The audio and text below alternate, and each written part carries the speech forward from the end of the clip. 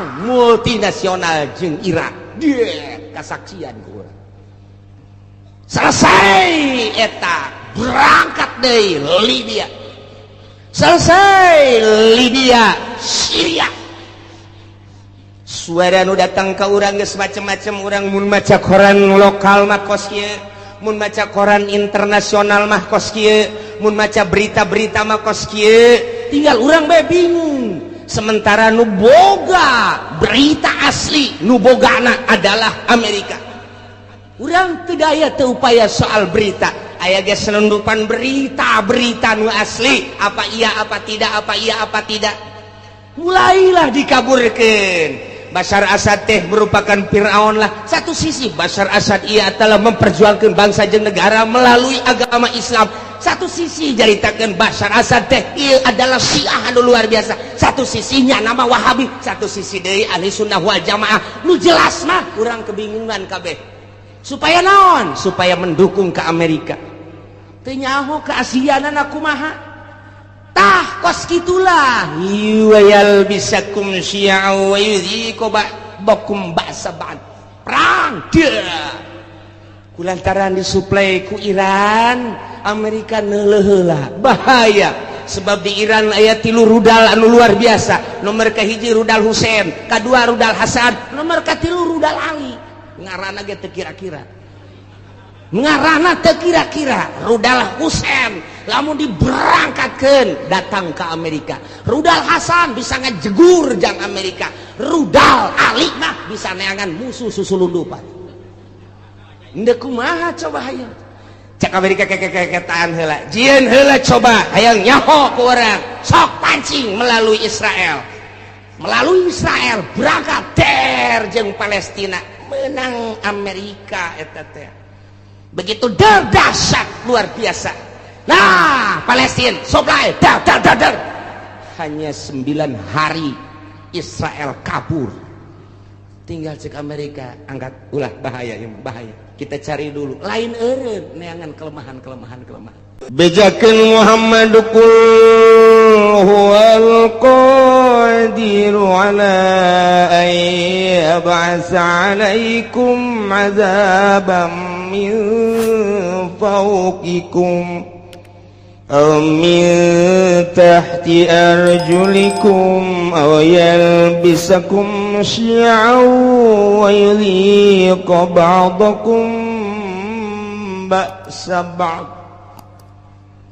Muhammad bejakeun ka para kafir Mekah lamun terus bae musyrik ka aing teu percaya kana ajakan anjeun teu iman kana ajakan aing cak Gusti Allah bakal nurunkeun siksa 4 perkara supaya katembong ku balerea kakawasaan aing ka maha dahsyatan aing ka maha sagala-galaan aing lantarannya mempermainkan ka aing kamari ngadoa ka aing ku ari musyrik ka aing kamari minta ka aing ku ari minta ka jabatan kamari DPDP ka aing ku ari DPDP ka manusia ka makhluk ka batu ka kayu kan eta teh mempermainkan aing bejakeun Muhammad hayang dauleuh ka karawasaan aing bakal nurunkeun 4 siksa ya Allah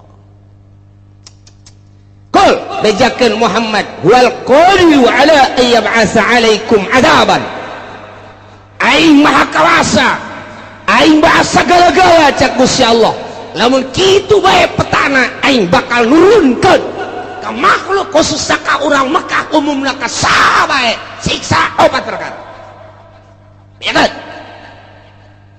kahiji azaban min fauqikum siksa betimbul ti luhur bentukna engke aya hujan teu eureun-eureun nyepoe hujan banjir buah wacak siksa wae atawa hujan batu cara ashabul fil di batuan atawa hujan es buah deh datang ke buah rarusak atau poek teureun kilat si jeleger ditambah deui ku geladeg si jeleger datang ka teu daya teu upaya siksa ti aing min paukiku Au minarjulikun atau kahandap dihandap timbulna ieu. Dihandap timbulna mimiti ku aing teh dioyag-oyag lini bae. Lini doang aing mah. Sok geurah hayang nyaho, bongan teu iman ka aing, bongan teu nurut ka aing, teu iman ka ajakan anjeun Muhammad. Tah ieu ku aing dioyag-oyag. Ha, saeutik doang dibere ku aing 6,5 hek. Nah, kulantaran terkap bae, rada digedekeun ku aing.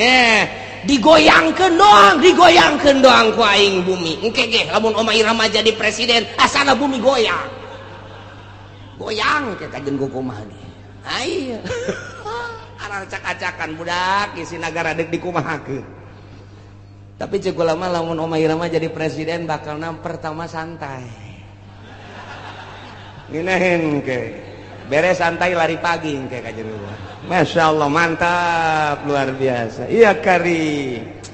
Aduh kan ujung-ujungnya kiamat. Tebareres brak. Ya Allah. Serius ya. Langsung ngerti. Aduh ya Allah ya Rabbi. Iya siksa tadi tiluhur geus bejakeun Muhammad. Nomor kadua lamun teu percaya bae teu iman ka aing tiadap mimiti lini. Kadua masih keneh teu iman keneh ka aing, gempa ku aing, rusak pararotong pararisek jelebana, siksa ti aing. Mun masih keneh bae amblas ka jero deuleu di padang datang ka kuari teu puguh kuburanana. Diambleskeun ku aing 1000 kejadian padang teh dibalikeun bae ku Gusti Allah. Kadeuleuna mah gunung rek nimpah imah sabaraha ribu manusia nu kuari teu disolateun. Teu dipandian siksa ti aing. Atau tsunami model Aceh. Sia 200.000 manusia orang Indonesia sekaligus. Ya tambah jeung orang-orang luar tsunami luar biasa. Tambah ku aing, encan inget keneh bae ka aing, tambah ku aing. Tuh, tsunami di Ciamis, Pangandaran. Hah? Encan inget keneh bae gunung ku aing dibitukeun. Can inget keneh bae Lapindo ku aing. Hayo sia. Parindah ka mana sia? Can inget keneh bae sia ka aing, can iman keneh bae tambah deui sia ku aing. Awas sia. Hah? Sakali ieu di Banten sia ku aing. Gunung Merapi, hah sia kena datang ke Bojong sia. Ka Pasar Kemis mah ulah. Liwat kesempatan. Ya Allah, ya Rabbi Gusti Allah tuh, saya Gusti Allah ayo sia. Hah, mun teh ti luhur ti handap. Mun masih keneh bae teguran ti luhur geus ku Gusti Allah, masih keneh teu iman keneh bae. Atau masih kan muara siat keneh bae teu pernah bae jelema nu sugihna teh ngazakat, teu pernah mentolerir ka jelema fakir miskin ka yatim piatu, geus ditegor ku Gusti Allah. Ti luhur geus ditegor ti anak muasi keneh bae ditambah deui sia ku aing. Kumaha? Au yalbisakum syi'a, nyampur adukeun kana berbagai golong-golongan anu berbeda-beda kahayangna, nu bakal ngajadikeun bibit daripada permusuhan. Mimiti nyeun organisasi ieu lantaran aya nu deui nu boga kahayang nyeun deui organisasi ieu, aya deui nu boga kahayang nyeun deui organisasi ieu, aya deui nu boga kahayang nyeun deui perkumpulan ieu, aya deui nu boga kahayang deui nyeun deui perkumpulan. Antara organisasi-organisasi teh eta teh teu alalakurna mulai dirinya bibitna kalaluar. Haju bae silih omong, haju bae silih tengkas, mulai tidinya teh silih gele tak teu eureun-eureun atawa parpo. Padahal mah jang ngabangun bangsa jeung nagara, tapi kulantaran beda-beda kahayangna, ieu hayang ieu hayang ieu hayang. Di satu sisi hayang ngaberesan negara, di satu sisi deui mah hayang nyokot danana doang lantaran gede ti nagara. Kabeneran dibuka demokrasi teh teu meunang, dicegah-cegah mulai yan parpol urang ge mampu daknya kurang kene nyendai geus teu kahitung ku ari urang lembur mah bingungeun loba-lobana beda misi jeung visina ambalaya zaman baheula urang inget aya Golkar aya P3 aya PDI ribut kiai jeung kiai silih omongkeun ribut politisi jeung politisi silih gele nu korban ge luar biasa loba jasa satu sisi kiai memperjuangkan negara melalui P3 jara rasaan dirinya teh aya misi keislaman atuh dakwah panggung teh luar biasa satu sisi pamarentah asa tinggalin ku kiai eta teh di Golkar nyeun huru hara aya tembak masal derejek ilah syiah so eta di dalam negara kuari luar biasa loba anak koskaran itu timbul organisasi-organisasi di mimitian timbul organisasi teh Muhammadiyah naik deui ka NU beda visi jeung misina lantaran itu mah Wahabi ieu mah ahli sunnah naik deui timbul deui aya Islam Jamaah diorganisasikeun deui aya Islam LDI diorganisasikeun aya NI diorganisasikeun deui aya HTI diorganisasikeun deui aya Islam Jaulah diorganisasikeun deui aya Islam aliran kepercayaan diorganisasikeun deui aya Islam Thariqah diorganisasikeun berbagai Islam beda kabeh suarana timbul huru-hara aya di Qur'ana kos kitu mantak ahli tafsir mah senyum bae teh aneh jak Gusti Allah na geus nyaritakeun lobana kahayang merupakan siksa lantaran naon poho ka Gusti Allah kabeh di balik nyeun organisasi aya udang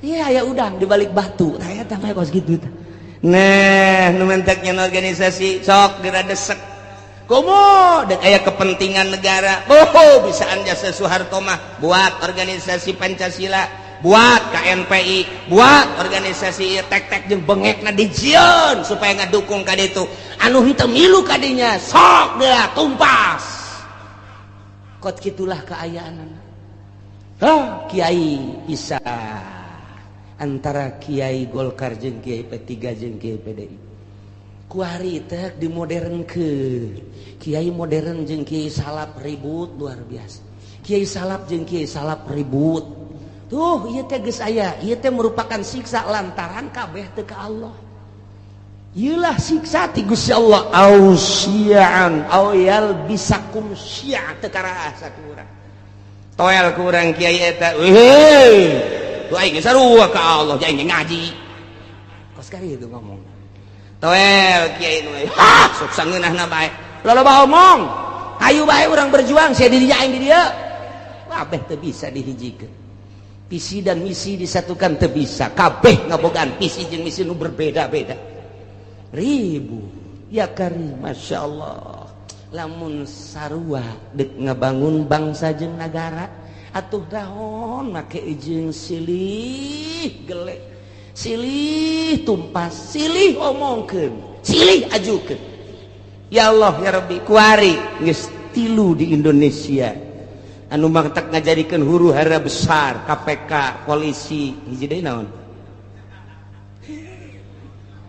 hayu sia kuari geus jadi 3 ngakar tek geus masyaallah geus teu bisa naon kitu ngaranna harmonis kuari teh geus dihandapna geus siap deuk perang kuari abri geus kabagi 3 pihak ieu pihak itu pihak ieu geus kos kitu di Indonesia lantaran boga kahayang pancenah ieu teh negara urang pancenah ku urang dibangun danana kan ti masyarakat kunaon atuh kuari teh kos kararitu polisi geus teu percaya ka KPK geus teu percaya ka kitu yudikatif geus teu percaya deui ka legislatif geus teu percaya deui ka eksekutif main silih salahkeun DPR kuari nyalahkeun polisi kuari nyalahkeun KPK terus bae nyalahkeun DPR nyalahkeun polisi nyalahkeun KPK di BPK ngajukeun berpermasalahan supaya tetap diangkat eksekutifna kuari kasienan berontak melalui yudikatif ieu negara urang deuk kumaha coba pikir cenah dek ngaberesan masyarakat nyanana beresaneun. Nyanana beresan urang mah teu kumaha je kieu bae nonton nyana. Ieu teh kuari teh kos kitu mun hayang nyaho di negara urang. Lamun nu sok mengamati politik di Indonesia seperti eta. Guys, teu kudu nonton TV, teu kudu ngadengekeun radio, ngaji sia di dieu bakal nyaho. Kan saya kieu nyaho ti mana? Aing mah susuganan.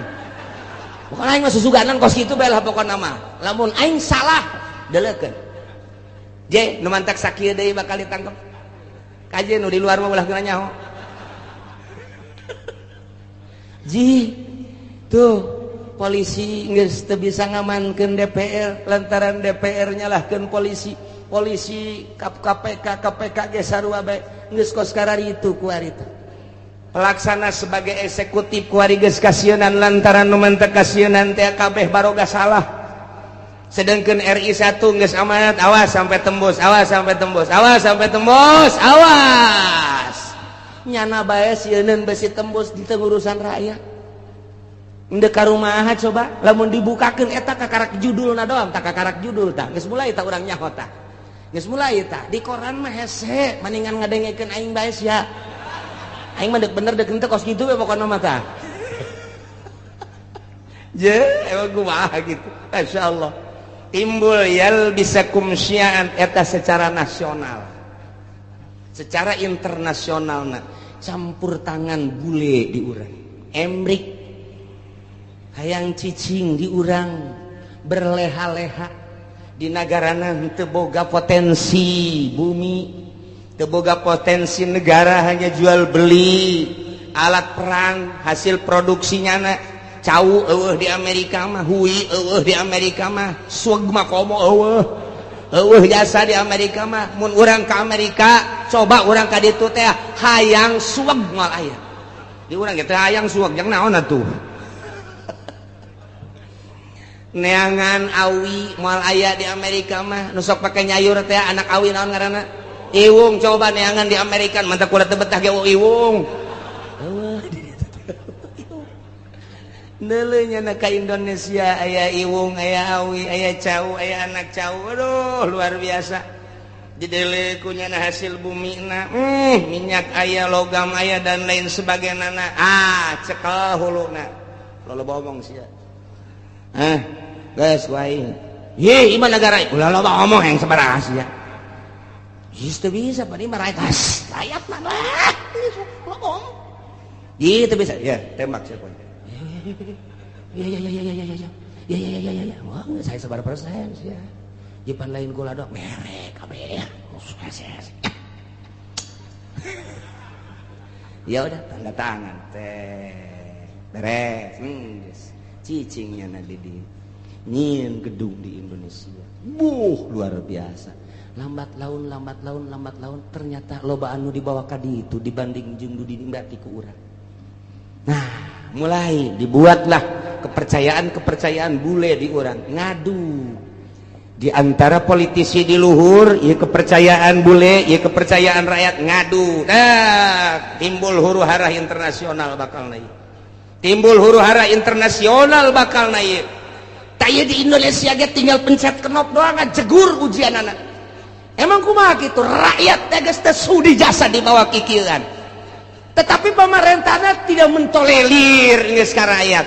Tetapi iya kan bumi pertiwi Indonesia Bhinneka Tunggal Ika 135 juta rakyat Indonesia cak Raden Homa Irama disatukan oleh Bhinneka Tunggal Ika.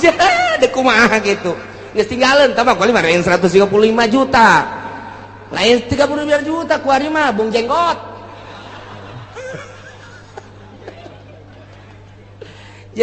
Nah iya huru hara internasional geus mendekati di Indonesia. Terjadilah di luar Indonesia dulu Irak akibat yalbisakum syi'a wa yudhiqa ba'dakum ba'sa ba'd.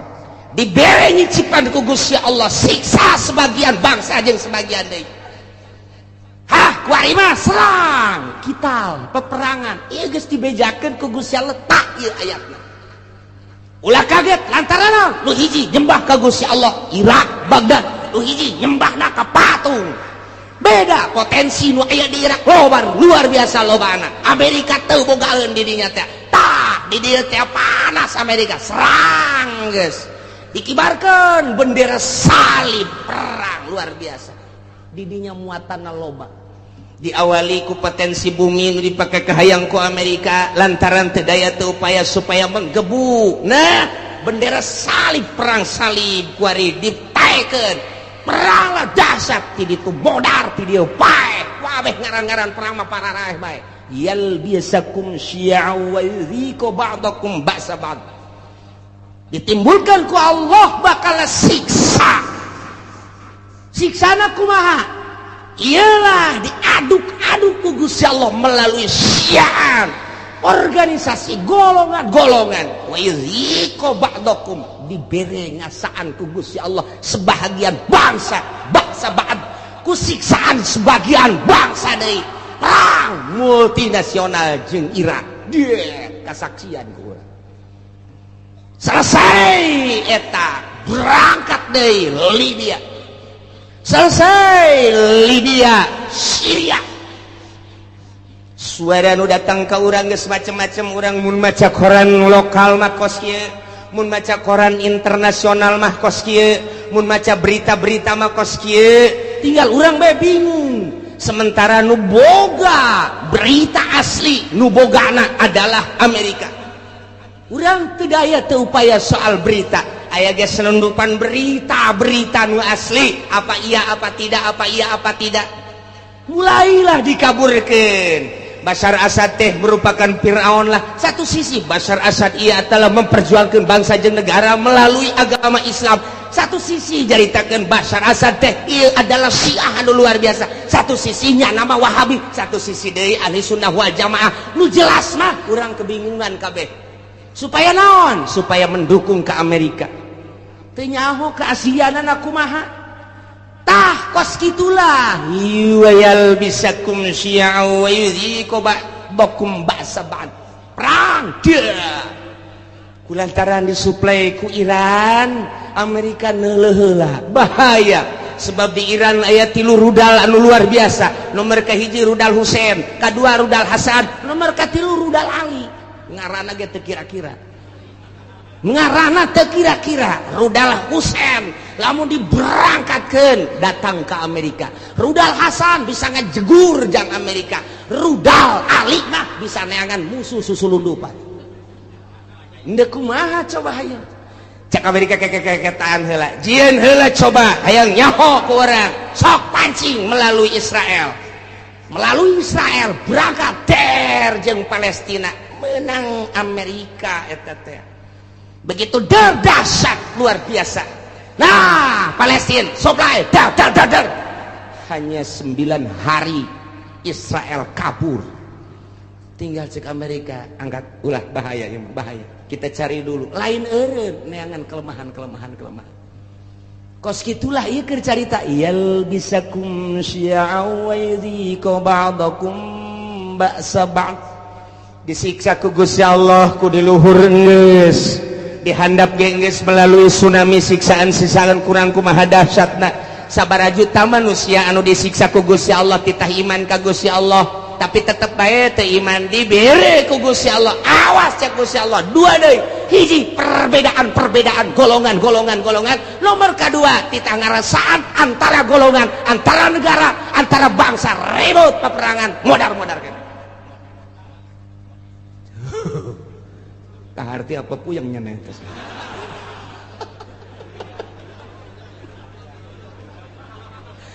interestnya orang dibawa kurang can geus berurusan anak Taliban terus bae militan di mana aya perang di dinya nama aya Osama bin Laden geus eueuh ditambah deui ku ari tetep aya ditambah deui ku organisasi HTI secara internasional, jauhlah ge secara internasional, araya di tiap-tiap peperangan teh berbagai organisasi. Ja peperangan kamari bae di Israel. Orang Indonesia bae aya ka ditu kok nyeplos ka ditu model. Urang teu nyaho aya nu nyeplos kos kitu lamun teu direkomendasi ku RI da moal bisa. Sementara kapan orang teh negara teh aslina teh manut ke Amerika, tapi kok aya orang Indonesia di ditu ja perang Irak aya orang Indonesiaan di ditu. Perang Iran aya orang Indonesiaan di ditu. Ieu orang Indonesia mah asana mah nya nama Okos Bunglon. Okos Bunglon nya nama. Bisa kade-kade tuh batak Indonesia lain lalagaan ditakuti ku orang Amerika. Teka caritakeun orang Palestina, di Palestina aya orang Malaysia, teka caritakeun di Palestina aya orang Thailand, teka caritakeun di Palestina teh orang Korea, tapi orang Indonesia mah aya di ditu. Malah keur waktu perang kamari multinasional aya nu nembak jar. Begitu buka ieu na ieu penyet irung. Lah cek orang Amerika, ieu mah lain orang Irak, lain Iran, lain Taliban. Coba status seorang mana? Begitu di dalam ya karib kurang puta anu gede hutang teh kabur ka ditu paeh hirup-hirup ceknya naing daripada Indonesia sangat diperhitungkan. Masya Allah tak poso ribut poso nasional tamata tapi berbau internasional saha nu lempang ka poso ternyata aya sababaraha organisasi dilarang ku pemerintah tetap bae datang ka ditu. Namun teu datang ka ditu poso terus-terusan nu dipencit ustad teh nu ditembak kiai teh anu dipanah nu dipedang datanglah organisasi ti urang padahal teu dimeunangkeun ku pemerintah poso-poso bae datang ka ditu ngibarkeun bendera perang siap meuli bejakeun ku kula organisasi nu mana ngan nyana minta izin ka kula bos sombong amat cenah sekali-sekali sombong lah. Niku mah Indonesia mah kos kitu eta di Palestina bae aya di Taliban teh aya ya Allah ya Rabbi nu mantak aneh eta pan kudu make kapal udara haju kudu make biaya pan eta teh atuh make naon kitu ngaranna birokrasi perjalanan anu luar sakedangkeun steril. Oh steril luar biasa mau kemana tujuannya apa tapi aya kan di ditu. Masya Allah nu mantak ke mun perang deui ku urang diajak ka ditu naik naon cenah kiai ngojay paeh di laut asana ieu mah meme perang geus malodar. Indonesia ulah sembarangan di Indonesia nu dak diperhitungkeun ku Amerika sangat diperhitungkan. Indonesia mangke bae perangna terakhir bae cek ganas tetap di perangan mah di perangan terakhir asana bangsa Haji Makmun mah paeh ti heula moal kaburu nya nama geus. Siksa ti Gusti Allah leletikanana di urang antar kampung, leletikanana di urang antar desa, leletikanana ti ku urang antar kiai. Kunaon eta? Lantaran boga kahayang. Kiai ieu ngayakeun ieu, kiai ieu ngayakeun ieu, henteu harmonis ribut kiai jeung kiai. Syi'an wa yudhiqu ba'dakum ba'sa ba'd. Hayang rada gede melalui organisasi-organisasi. Hayang gede deui melalui parpol. Cerita tentang perbedaan di parpol anu geus teu aneh deui kuari makin dibesar-besarkeun makin digede-gedekeun urangnya ho ketika PKB naik beuh sabaraha nu paeh saat harita sabaraha ieu ge ieu cantang tu ka hareupeuna lantaran armada Prabowo anu luar biasa armada jenggot anu luar biasa armada wah geus pohara ieu mah main ke bakalna teh. Nah ieu sing ada ieu beusi jadi siksa ti Gusti Allah mun sia teh iman ka aing mun sia henteu taat ka aing teu takwa ka aing bere siksa opat hiji ti luhur min fauqikum dua ti handap min arjulikum mun ti luhur jeung ti dihandap teu dianggap awas aoyel bisa kumsian aing yeun tah golongan engke golongan lain sakadar cicing wa yuziko ba'dakum ba'saban ribut perang. Jadi berarti geus aya ti ditu nu mantap cek Kangjeng Nabi inna ummati sataftariqu ala sintaini wa sab'ina firqatan. Saenyana umat kaula bakal paberencai ngajadi 72 golongan. Kabeh ngaku ahli sunnah padahal ma an-najiyatu firqatun salamat mah bakalna sapirqah. Jararieun jelema golongan atas namana Islam boro-boro organisasi cacak-cacak partai ge make atas nama Islam baheula P3 make atas nama Islam, kemudian PKB make atas nama Islam, PNU make atas nama Islam. Padahal mah di Indonesia mah kapan teu meunang nyeun partai Islam lantaran KBG huluna adalah demokrasi, teu meunang berbau sara, tapi kelantaran nipu ke masyarakat make aturan Islam lain aturan, make lebo Islam. Ujung-ujung nama atuh teh lah nanaonan ribut Golkar jeung P3, ribut P3 jeung PKB, ribut KB jeung PNU, ribut jeung PD, ribut. Nah perputaran pilpres nu tahun itu sabaraha anu paeh, pilpres kamari sabaraha anu paeh, tinggal pilpres anu bakal sing hade lantaran merupakan siksa. Urang mengadoa baik ka Gusti Allah Subhanahu wa Ta'ala. Jadi kukumahakeun ke negara urang teh tetep kos kieu bae sebab can aya nu niatan untuk merubah, membangkitkan semangat rakyat jeung bangsa mengarah ke jujur jeung adil can aya. Ku ayeuna sakitu mah cuek-cuek bae biasa-biasa bae. Wae milih-milih bae ngan ulah datang ka gusur-gusur eungkeuy-eungkeuyan teu nyaho maksud sing hade. Lantaran ieu teh ya siksa ti Gusti Allah. Ku luhur geus, ku handap geus, dibuatlah hasil urang keneh. Iyalah yal bisakum syia'u wa yudhiqu ba'dakum ba'sa. Ya Allah ya Rabbi nu mantap Kanjeng Nabi waktu turun ayat ieu ngadua ka Gusti Allah. Langsung nangtung Kanjeng Nabi koma Nabi sallallahu alaihi wasallam fatawaddoa langsung ala wudu. Beres ngala wudu fasa'ala rabbah ngadoa ka Gusti Allah, ngadoana ya Allah alla yursila alaihim azaban min fawqihim wa min tahti arjulihim wa la yalbisa ummatahu syi'an wa yudhiqu ba'dahum ba'sa ba'd.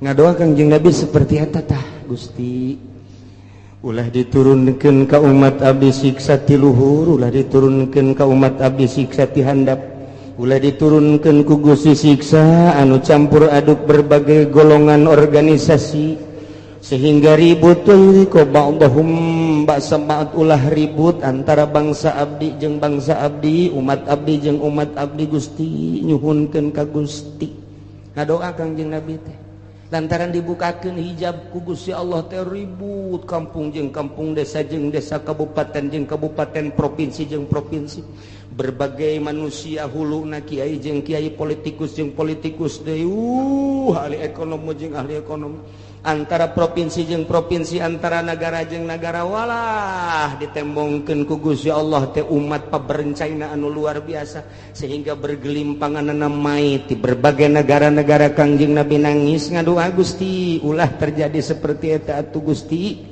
Kumaha tah waktu eta fahabatta ilaihi Jibril alaihi salam, Allah ngutus malaikat Jibril turun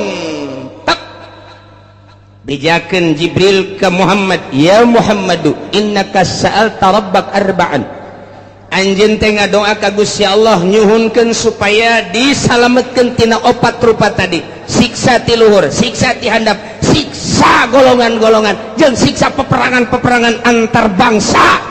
Nah fa'atauka isdatain wa mana'aka isdatain, nu dua ku Gusti Allah diijabah, nu dua mah henteu.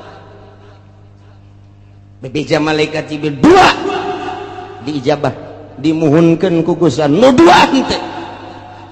Naon nu dua cek Kanjeng Nabi ya Jibril, layatiyahum adzabun min fawqihim wa min tahti arjulihim yastasiluhum. Nu dua siksa ti luhur jeung siksa ti handap mah moal dina ayana ge eta teh moal terlalu dahsyat.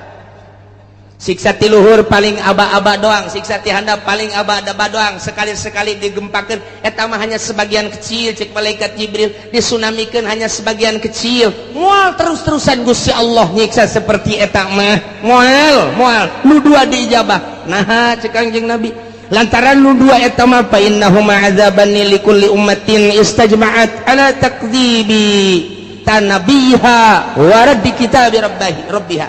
Lantaran nu dua eta mah patalina jeung kaimanan ka pangeran jeung kaimanan ka kitab pangeran. geus urusanana di pangeran teh mah. Lantaran nya teu iman bae atau maksiat bae, teu percaya kana Al-Qur'anul Karim atau ngerobah status hukum Al-Qur'anul Karim. Ku Allah dibereng ke ti luhur jeung ti anak ala kadar doang Muhammad teh mah. Moal dahasap jasa moal. Moal nu dua mah tetep diijabah sanajan aya ala kadar. Anu dua deui, nah lamun nu dua deui mah Muhammad eta mah ceuk Gusti Allah ditahan tamah walakinnahum yalbisuna syi'an wa yudhiqu ba'dahum ba'sa ba'd. Nu dua ieu mah hiji bakal timbul golongan-golongan eta mah teu diijabah ku Gusti Allah. Nomor kedua bakal ribut antara umat, antara agama, antara bangsa. Eta moal diijabah teu diijabah tetep tama bakal terus bae eta mah. Bahkan wa yudhiqu ba'dahum ba'sa ba'd, bakal ngarasakeun peperangan antar negara jeung negara. Geus aya ti dituna nu mantak ahli tafsir mah ketika perang Irak Amerika teh aneh. Ketika perang Libya teh aneh. Perang deui Palestina teh aneh. Lantaran geus aya dina Al-Qur'ana awyal bisakum syi'an wa yudhiqu ba'dakum ba'sa. Masyaallah ya manu dua mah teu Kanjeng Nabi naros. Jibril nah anu dua ieu kok teu diijabah. Padahal mah poharaja saya mah merupakan siksaan. Wa hazani azabani li ahli al-iqrar bil kutub wa tasdiq bil anbiya. Lantaran nyana percaya ka kitab, percaya ka nabi, ngan nyana teu make kitab jeung teu make nabi. Lantaran nyana percaya kana Al-Qur'anul Karim dimusabaqahkeun. Mulai tingkat RT datang ke tingkat nasional, datang ke tingkat internasional. Quran dimusabaqahkeun antar negara, Pakistan, India, Mesir, Irak, Iran, Arab. Oh, timbullah juara satu dipake henteu. Kahiji.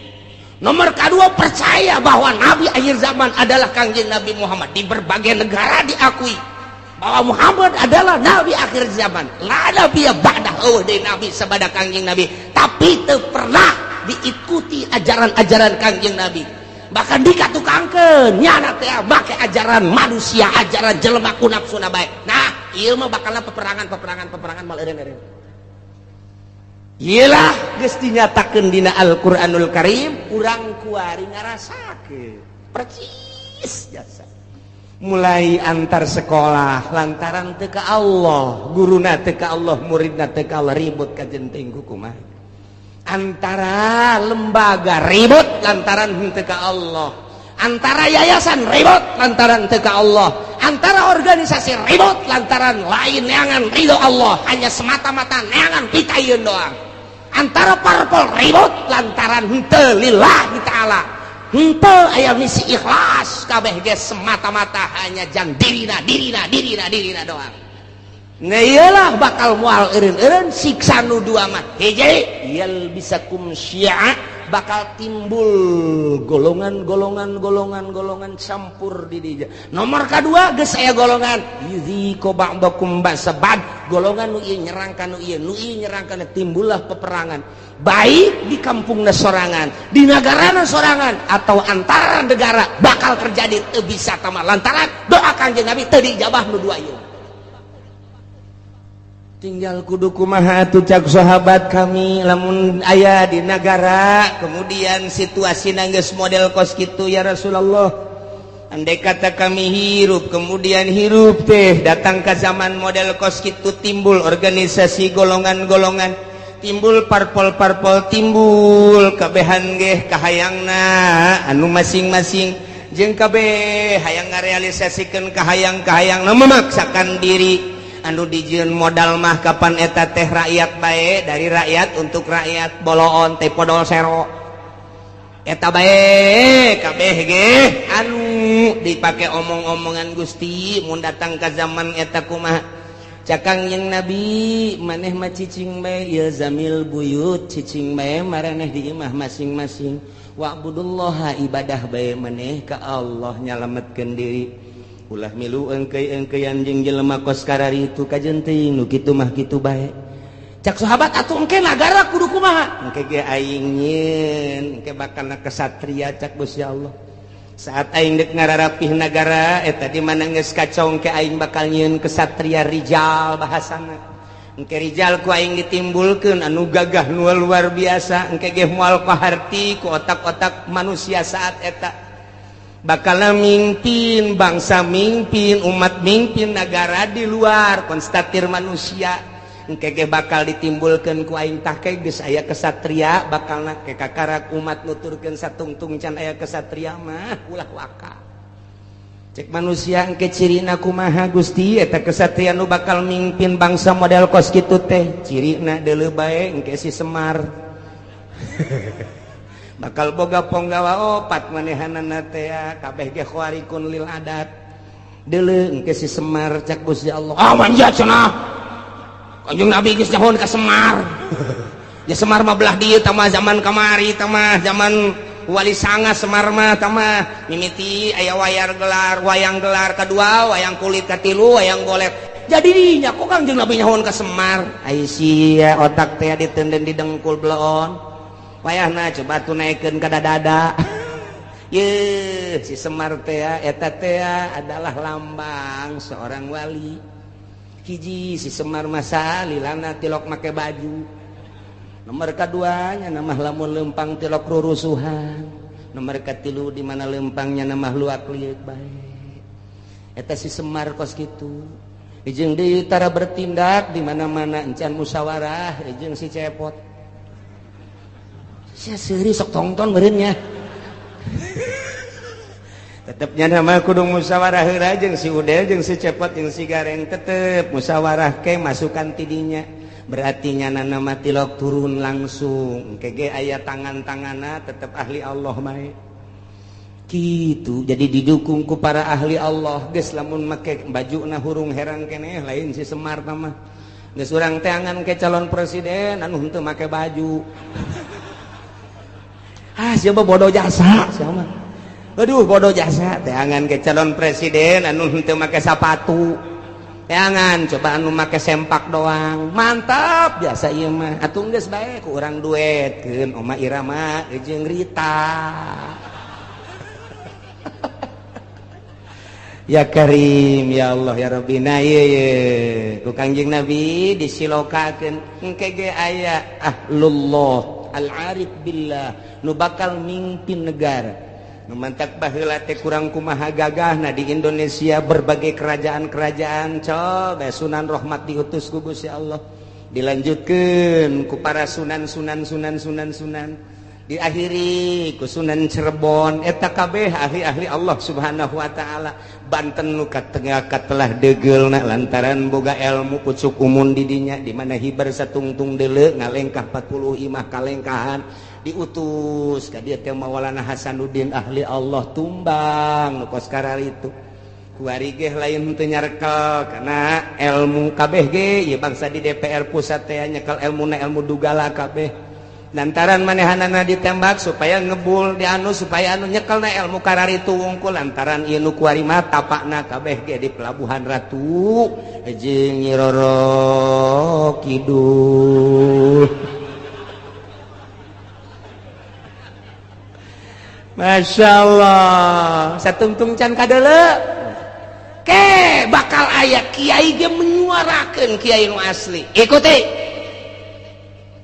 urang lamun di deuleu kamari eta Gus Dur teh kosi Semar ja percis kosi Semar coba ge amati coba ge amati ku tukang wayang makanya hoan ge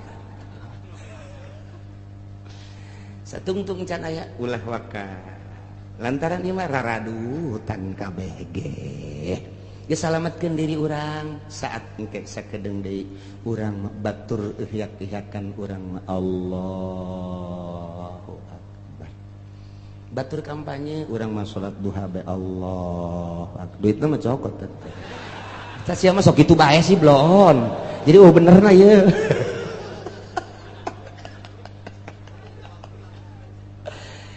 tah jadi urang kuari alhamdulillah sanajan bari jeung saminggu sakalinya ho urang informasi akurat ti Gusti Allah Subhanahu wa ta'ala khususna dakwah ka umat di Mekah baheula umumna kuari ka urang balerea ternyata ketika ditegor didakwahan ku Kangjeng Nabi teu iman teu percaya datang ka kiwari ge kitu bae bakal dibere 4 rupa hiji adzabam min fauqikum tiluhur bentukna engke mungkin hujan mungkin bae gledek mungkin kilat mungkin hujan batu badai dan lain sebagainya angin topan angin beliun dan lain sebagainya atau tiana mancer cai gempa erosi dan lapindo kabeh jadi embal nah ieu ditegur ku kitu masih kene maksiat bae ka Gusti Allah bakalna ditimbulkeun yal bisakum syi'an nah nu jelas mah nu dua mah ku Gusti Allah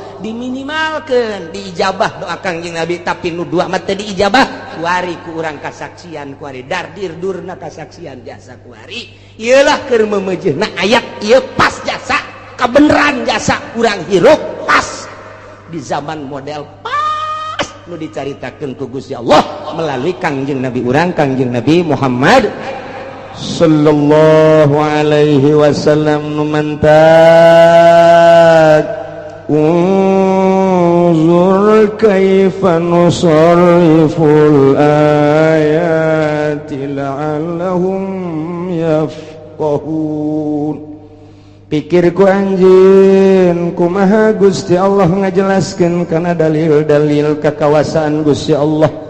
Allahumma maha kawasa moal aya nu bisa nyalametkeun di awal ge tadi ketika saat-saat kritis saha nu bisa nyalametkeun ketika dahsyatna siksa dahsyatna penyakit dahsyatna musibah nah ieu teh baik ti luhur maupun ti handap atawa dibentuk ku berbagai organisasi atawa ku parpol eta teh merupakan siksa anu dijual ma rakyat jeung bangsa jeung nagara padahal mah ajang beuteungna masing-masing eta teh siksa dikorbankeun rakyat hanya demi seseorang dikorbankeun rakyat hanya demi golongan tak eta teh nang Gusti Allah tah deuk mun tayang ka saha cek Gusti Allah aing teh keur lembongkeun ka maha kakawasaan aing ku aing dijujurkeun jeung diadilkeun nang aing dihancurkeun ge deuk teh dijujurkeun dibangkalarkeun nang aing unzur ikir ku sia ikir ku anjeun ikir ku maneh kaifa nusarriful ayati kumaha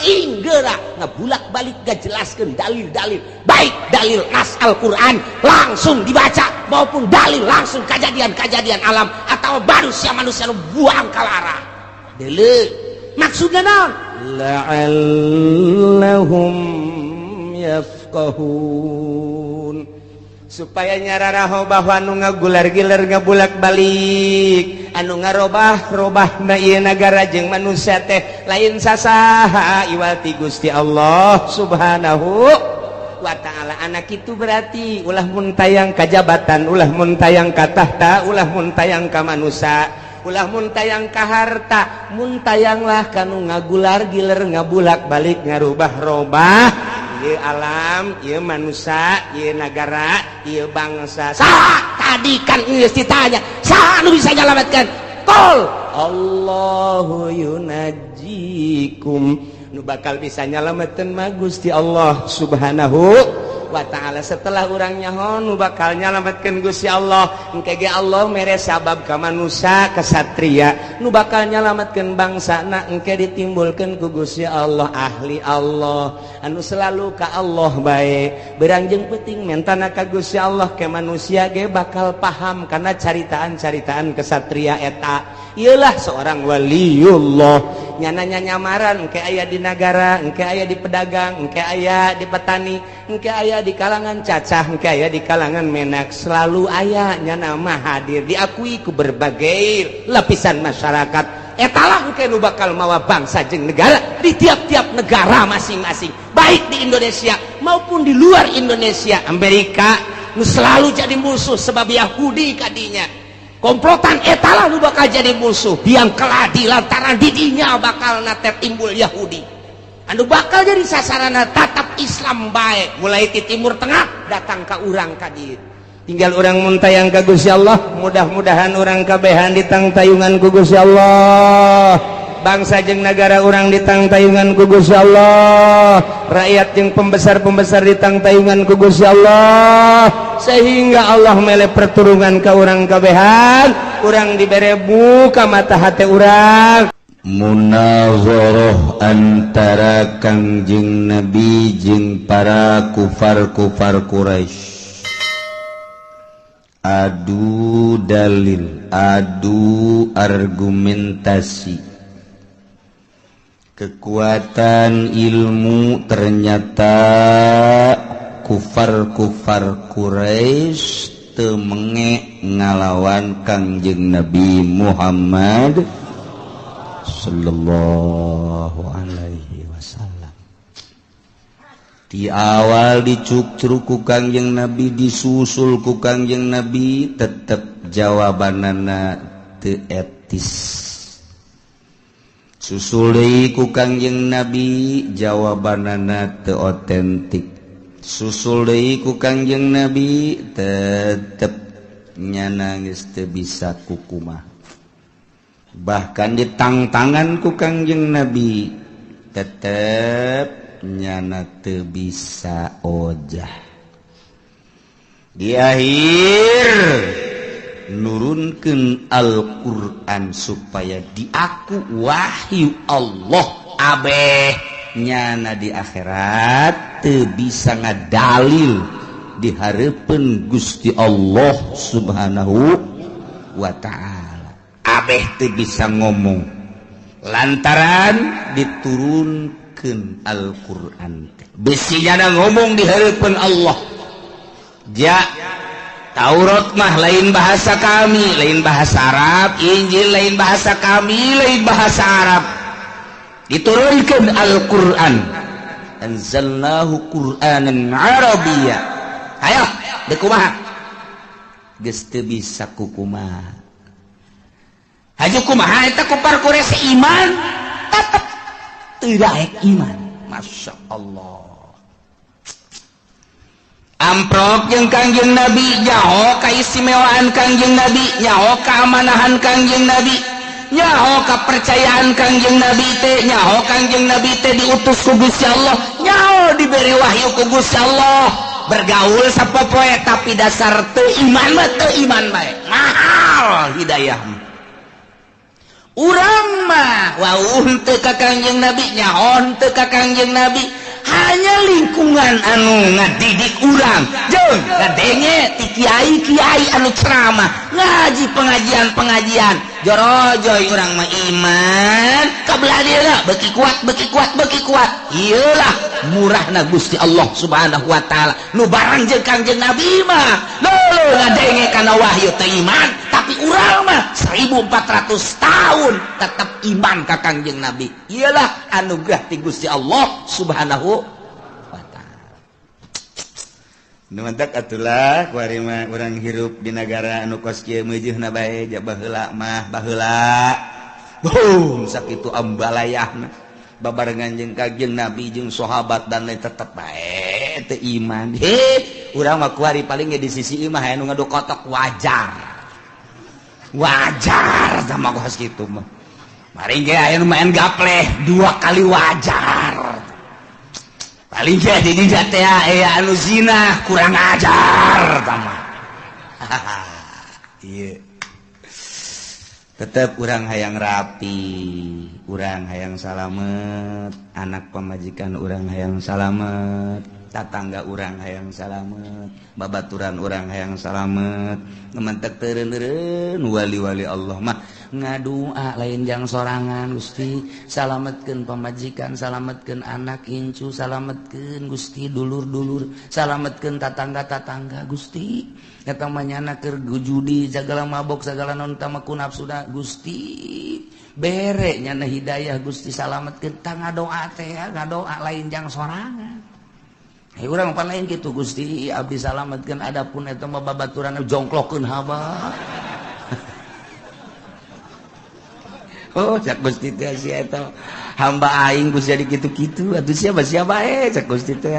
Kulon haju pemilu ka batur teh nu aing cak Allah tuh. Urang mah teh etis kan. Mentak mun eueuh para wali Allah di Jakarta wallahu a'lam. Mun eueuh wali Allah di Bandung, mun eueuh wali Allah di Banten wallahu a'lam. Untung bae masih kene aya nu sok udang peuting, udang ki SD.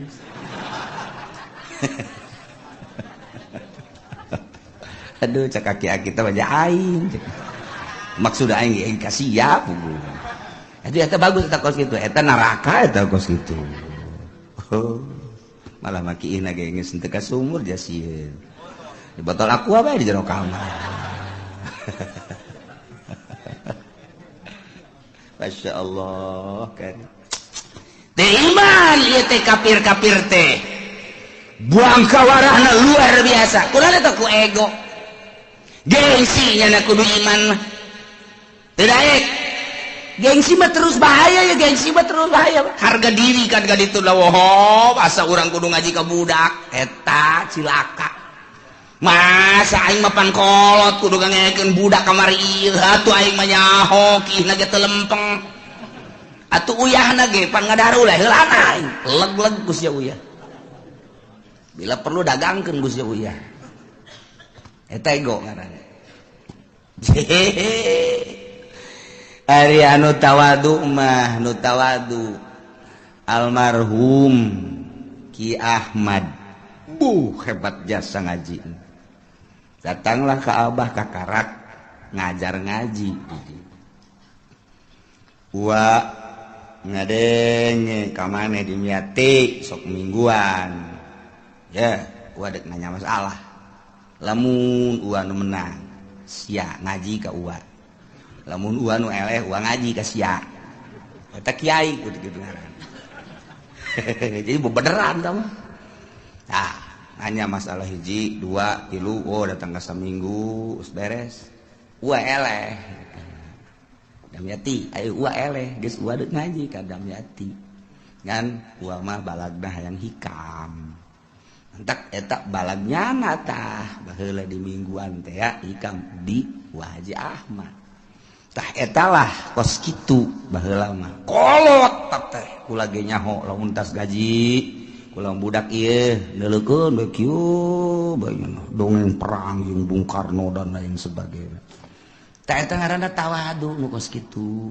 wayah eleh bae sekolot ya teh bodoh bae atuh masalah ngan tawadu nu kos kitu ngaranna tah eta aki-aki nu tareh paeh teh ngaji eta tawadu ngaranna teu makeun mah bodoh tadina ge teu mondok aja teu ngaji pan cilaka aing menemah lah kolot mah kolot bae ngaji lah tuh eta tawadu nu penting ulah nu handap we tawadu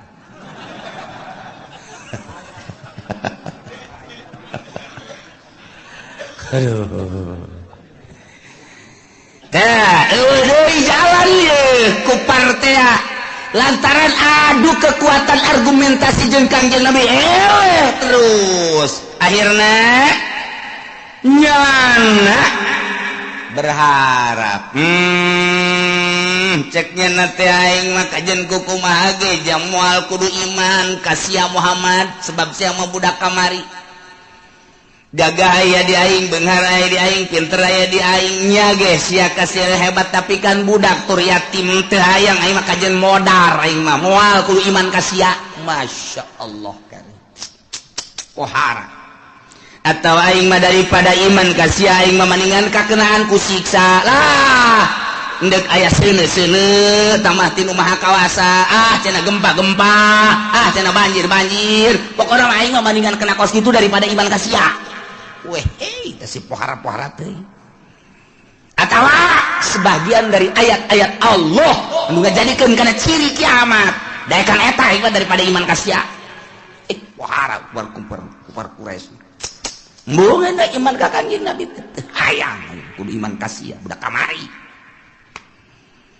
tah eta teh loba ku hari nu ka dieu terus nyurup ka jawara-jawara nyurup kasurupan Abu Jahal loba kudu ngaji ka nyana heulan sapiranya nyaho kiihna aing ka kiih dibahas giliran we aya tatanggana geulis dikawin ku nyana pada teh nyaho kiihna nyana baheula nyaho si kiihna nyaho teu make calanana nyaho babarengan jeung aing baheula kiihna ge wer nyana neuleukeun wae aing neuleuh ka sia aja kuari bogo pan digawin atuh atuh pan sia nyaho kleutikna tuh aya kanu kitu man ulah bomong kitu ieu giliran betah ka budak pinter ieu tos pesantren ieu dah didenge udah kamari tak kasurupan Abu Jahal dak ieu turun ayat hal yanzuruna illa an tatiyahumul malaikah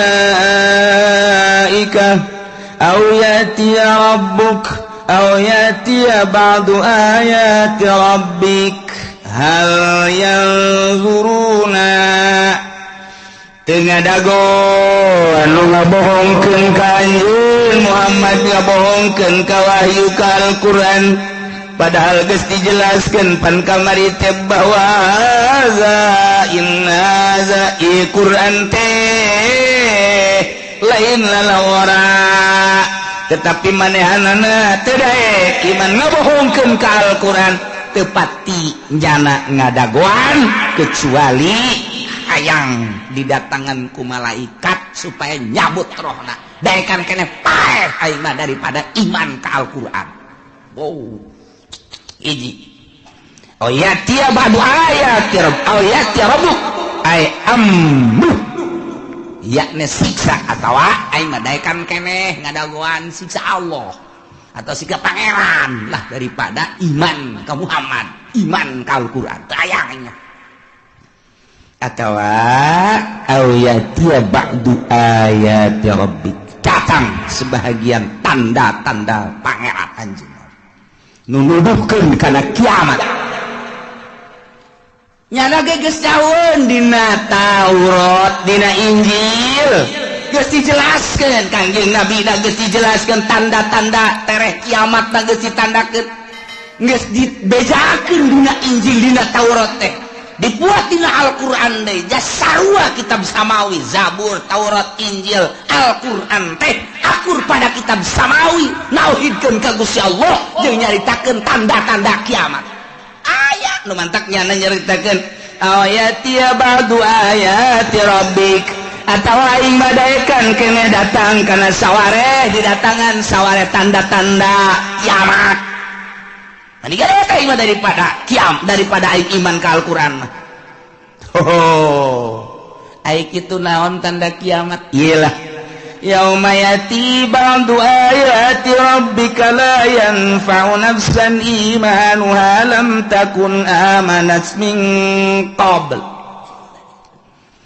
padahal mah di mana-mana datang tanda kiamat sebahagian ayat-ayat pangeran anu nuduhkeun kana yen kiamat bakal terjadi di akhir zaman bakal aya 10 tanda kiamat hiji dajjal dua dabah tilu khasapun bil masyriq gempa di wetan khasapun bil maghrib gempa di kulon khasapun bi jaziratin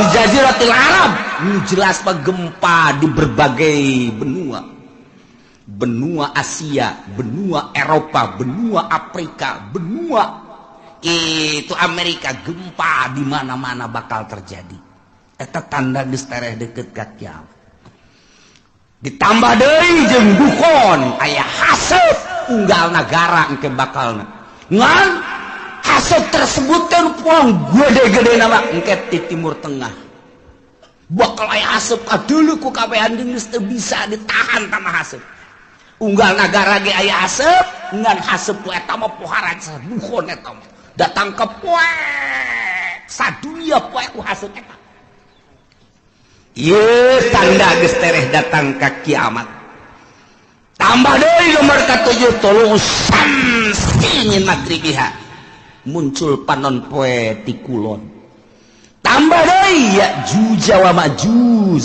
ke-8 ke-9 turun Kangjeng Nabi Isa alaihis nomor ka-10 bakal aya narun takhruju min adan tasukun nas ilal mahsyar sono ieu mah bakal nanti adan wah luar biasa kuari mah kakarak ge seuneu fon doang fon teh naon kira hartina tuh siapanya hobay kan ya osok neule meureun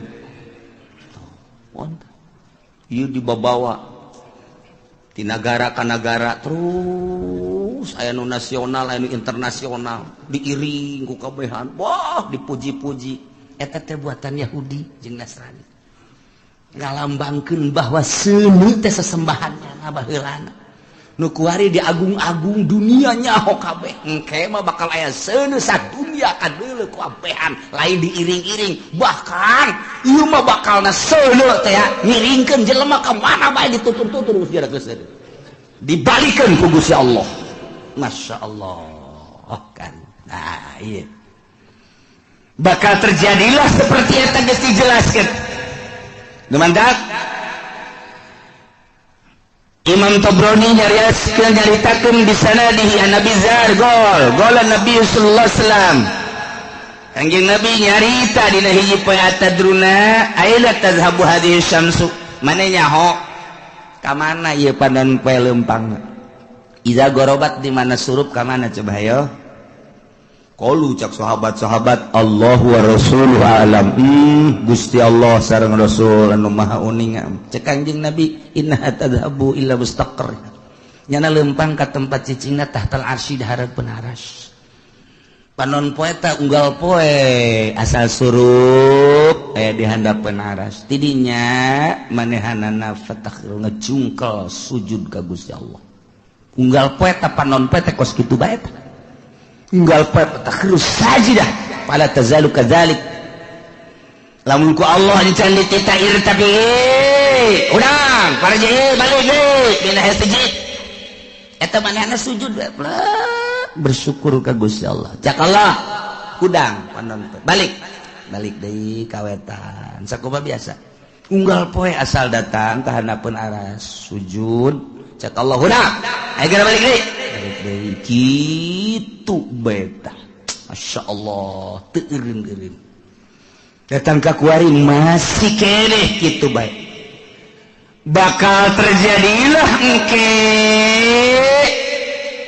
eta panon poe teh ku Gusti Allah lain titah kana tempat biasan fa idza aradallahu ayutli'aha min magribiha abisaha ketika Allah nitah ka panon poe titah muncul di kulon diantepkeun heula panon poe henteu titah hudang ku Gusti Allah teh diantep bae datang ka kebel panon poe kok teu titah tanggah-tanggah ai kok teu dititah hudang ai cek Gusti Allah kok diantep kieu datang ka nanya panon poe teh ka Gusti Allah ya Rabbi heh pangeran abdi inna masiri ba'id lalakon abdi teh jauh ieu kok diantep kieu kumaha cek Gusti Allah itla'i min haitsu gorobat kuari mah maneh muncul di tempat nu maneh surup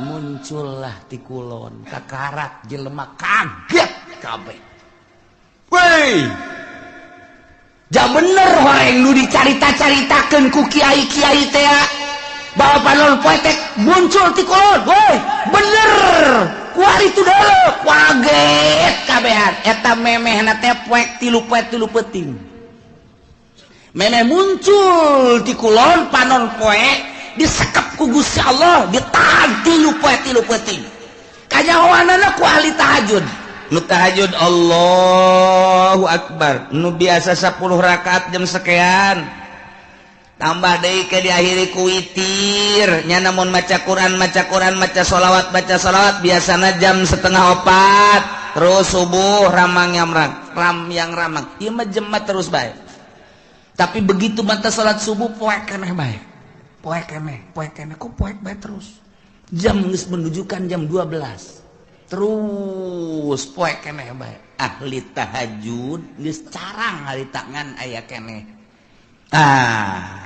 cik ahli tahajud ieu mah aing kudu ulah eureun-eureun terus ibadah ka Gusti Allah lantaran ieu mah poek lain sambangan salat dengan Allahu Akbar geus 2 poe 2 peuting yakin ieu muncul panon poe di kulon Allahu akbar terus bae nama salat Allahu akbar teu bisa ditanya ku sieun-sieunna bener bae ka 3 poe kakarak teret di kulon nya ngadoa fakbidni ya Allah abdi mah paehan bae Gusti ret dipaehan ahli Allah mah kabeh geus tah mah disimpen ku Gusti Allah nah ieu salah sahiji tanda kiamat adalah muncul panon poe di kulon Allah karim anu sebenarnya mah lamun diruntuikeun mah mimiti dajjal heula kuari diunggal negara ribut moal eureun-eureun Irak terus-terusan Yaman bakal Iran kitu keneh jadi ancaman Yahudi kemudian atuh kitu Suriah geus teu eureun-eureun Turki kitu keneh diurang ge kuari bintik-bintik geus aya lain lalagaan lantaran ieu henteu berkesinambungan rakyat jeung pejabat sebab geus nyahoan bahwa negara urang dikendalikeun ku Amerika rakyat anu paham mah ieu teh naonan kieu ialah berbagai organisasi baik organisasi Islam maupun organisasi non-Islam dan lain sebagainya untuk membenahi negara tapi tetap baik negara teh lain embungan dikendalikeun ku Yahudi pan bintik-bintik peperangan kajian kumaha ge jelema anu geus mantep dina Islamna dianggap teroris diperangan bakal kajian kumaha ge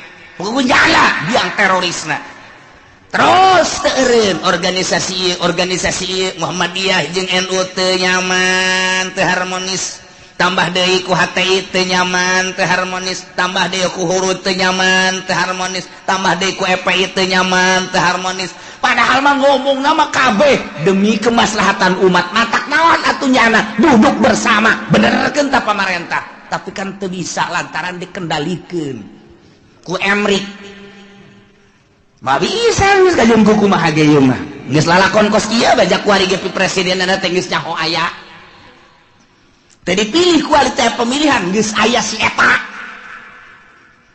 kok bisa kos kitu bae pengendalian mah nah engke kan mulai tah riweuh organisasi jeung organisasi tos mulai ayeuna ka parlemen terus iya ribut lah pasti bae ribut engke nyabelah rakyat jeung pemerintah sebab pemerintah dikendalikan ku Yahudi tidak berdiri sendiri rakyat embung dikendalikan ku Yahudi atau ku Amerika timbullah engke bakalna tentara bagi dua polisi bagi dua ribut pasti di negara Irak model kos kitu Iran model kos kitu Suriah model kos kitu nu kuari eukeur bae Mesir Suriah seperti gitulah ieu wayang Amerikana teh disetujuan ieu teh ku rakyat teh hayang nyieun sorangan nu mandiri kemudian geus aya di dieu boga lalakon ieu Amerika nyieun jelema ribut lah rakyat bagi dua polisi bagi dua abri bagi dua Mesir model kos kitu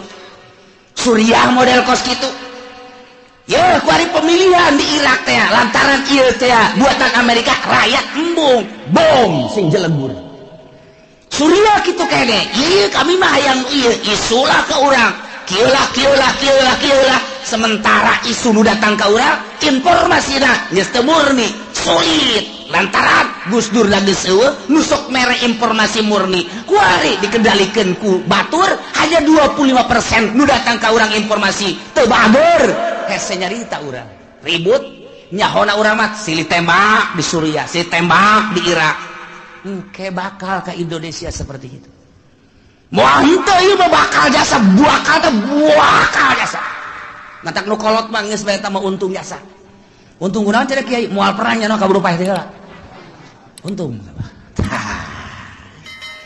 can bogo untung bakal henteu bisa henteu bakal kajian kumaha jasa sebab naon sebab kabehan ge di luhur teh geus teu bisa dibenerkeun baheula teh nyieun negara demokrasi di negara urang masalah geus padahal mah kiai nu nyieunna kan 90% muslim eta mangan 1% teh eta mah Kristen di urang teh bilung ekor hasil perjuangan anak masalah geus masalah geus demokrasi, tetapi untuk keputusan-keputusan hukum dijieun lah mui atuh ku ari muin age pandeg dirantai. Da kumaha eta teh jang naon? Jang supaya hukum-hukum Islam teh ngeunaheun disteril ku mui. Geus ditosran lah ku mui. Urang damai hirup teh.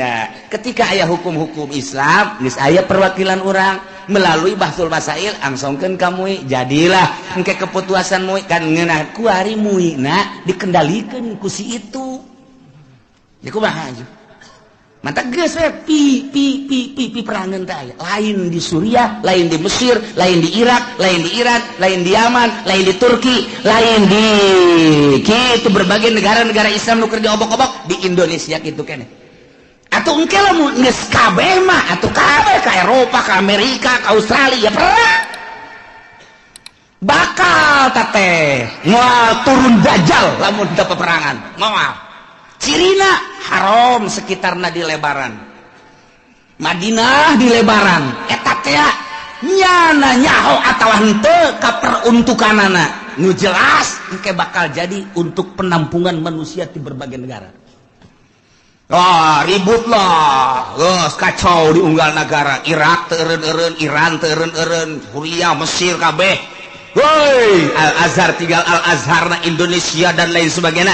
Hayang nyalametkeun diri kamarkah kaditu didesak pemerintah Arab engke supaya membuka lebar-lebar bagi urban di berbagai negara sebab geus kacau lah luar biasa hese geus teu bisa diredakeun abri bagi dua polisi bagi dua berbagai kekuatan bagi dua aduh hantem rakyat nu milu jeung ieu nu milu jeung ieu ribut hayang salamet agama ka Mekah mah diamankeun jeung Madinah sementara. Kadari itu kajeun ngampar ge di dinya kajeun teuing ngampar di dinya. Terus mantap ku dilegaan kurang mah barang dilegaan ingetlah sejarah hadis Kanjeng Nabi. Wow, tereh berarti. Tah ke dajjal lah turun. Wah, kaunggal negaranya nama hiber dajjal mah. Jelema hayang emas cokot batu. Asal siap percaya aing pangeran.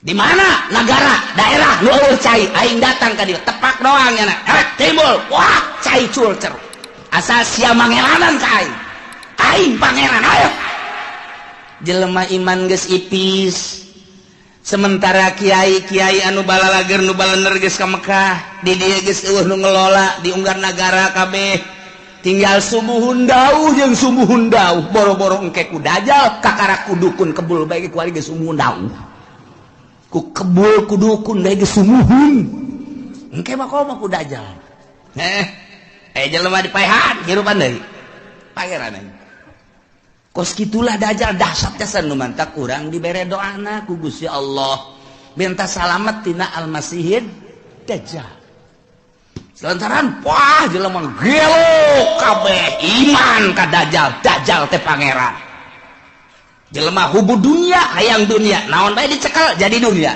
hayang emas jadi emas hayang duit jadi duit hayang motor jadi motor ku hari mah ngridit engke mah hayang naon sia mio mio datang sia naon hayang naon hayang Avanza berem Avanza ngajogrog sia hayang naon ieu mah cenah hayang hartop aya tuh di ditu tuh aya los cokot ku sia tuh hartop teu leumpang akina rusak atuh geus bacem hayo sih hayang awe watu jelema ngagayok eta lah nomor kahiji dajjal nomor kedua setelah dajjal nuzul Isa turun Kangjeng Nabi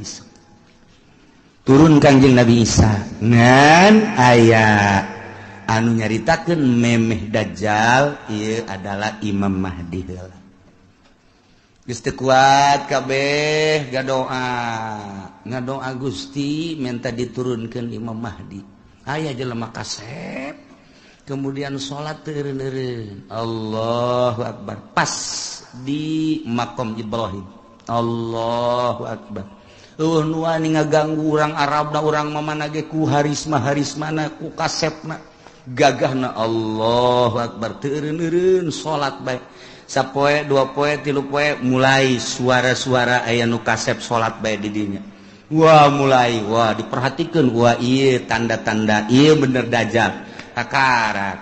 Begitu mana salam dicekel ditanya manis lu teu daek ngajawab sangarang teu daek ngajawab kabeh nyebutkeun ente dajjal ente mahdi teu daek kakarak make subuh wallah ente mahdi kakarak.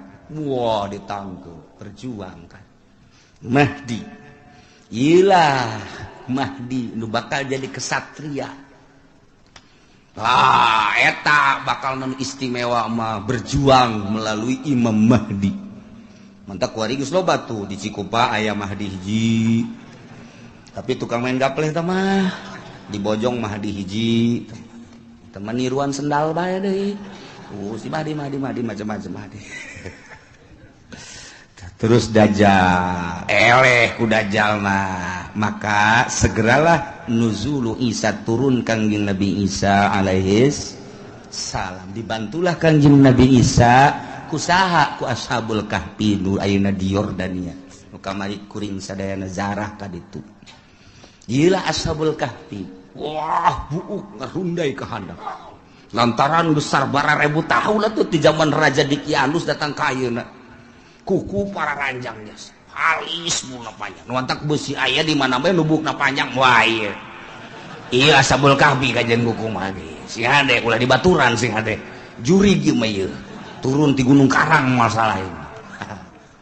Wah gararaga muksal bina tamlikho zunwanus martunus saribunus palyastatiunus ngirta ieu tentara-tentara Allah anu bakal bareng jeung Kangjeng Nabi Isa alaihis Dajjal diudang ku Kangjeng Nabi Isa. Umpat ka mana? Dia udang terus. Eleh lah ku Kangjeng Nabi Isa. Kangjeng Nabi Isa dakwah di dunia. Masya Allah istimewa jasa. Terus Kangjeng Nabi Isa dakwah. Saha nu nyaritakeun bahwa kula pangeran batil. Bohong, goblok cak Kangjeng Nabi Isa.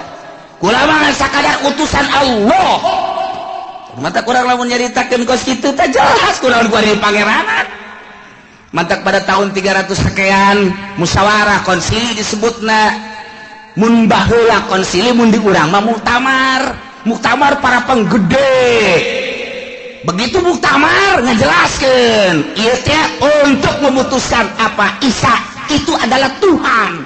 Jadi dituhankeunana teh ku uskup-uskup eta teh hasil konsili. Jadi berarti hasil musyawarah. Jadi nganunghankeun pangeran ngamangerankeun ka Kangjeng Nabi Isa teh adalah pada tahun 360 sekian ta eta teh meunang hasil muktamar. Jadi masyarakat supaya nyaho bahwa pangeran teh Isa hasil muktamar disebutna konsili keblon. Aya pangeran urang pangerankeun ju. Ayo geus urang pangeran mantap aya sababaraha muktamar anu hadir di dieu henteu milu ngamangerankeun ka Isa dibunuh pan.